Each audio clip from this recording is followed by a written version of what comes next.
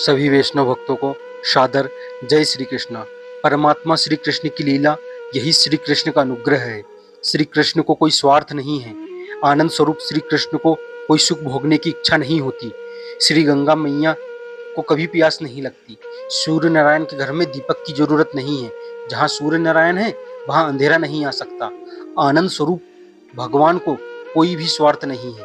भगवान जो कुछ करते हैं जीव का कल्याण करने के लिए करते हैं। यह जीव ईश्वर का है। ईश्वर का होने पर भी जीव अपने स्वरूप को भूल जाता है। जीव ऐसा समझता है मैं स्त्री का हूँ, मैं पुरुष का हूँ। जीव किसी स्त्री का नहीं है, जीव किसी पुरुष का नहीं है। जीव ईश्वर का अंश है। जन्म से कोई पिता नहीं है, जन्म से कोई पत्नी भी नहीं है, मरने के बाद कोई पति नहीं है, कोई पत्नी नहीं है। जन्म से जीव ईश्वर का है और मरने के बाद भी जीव ईश्वर का ही रहता है। भगवान का जीव अपने स्वरूप को भूल गया है और अपने को जगत का मानता है। संसार माया की लीला है। माया की लीला देखने से, माया की लीला का चिंतन करने से मन बिगड़ता है।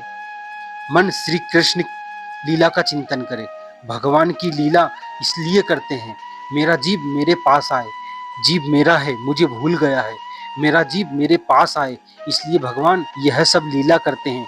जीव को अलौकिक आनंद देने के लिए भगवान की लीला है। भागवत की कथा ऐसी नहीं है कि जो मर जाता है उसी को मुक्ति मिलती है। भागवत की कथा में ऐसी शक्ति है कि यह मरने के पहले ही मुक्ति का आनंद देती है। आप जितने समय कथा सुनते हैं उतने समय आपको जगत नहीं याद आता है।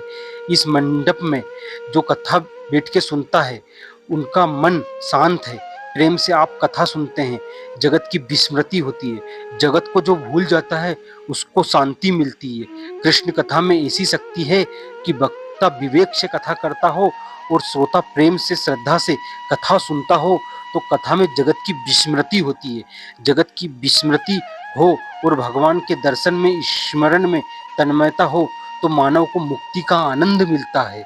जय श्री कृष्ण।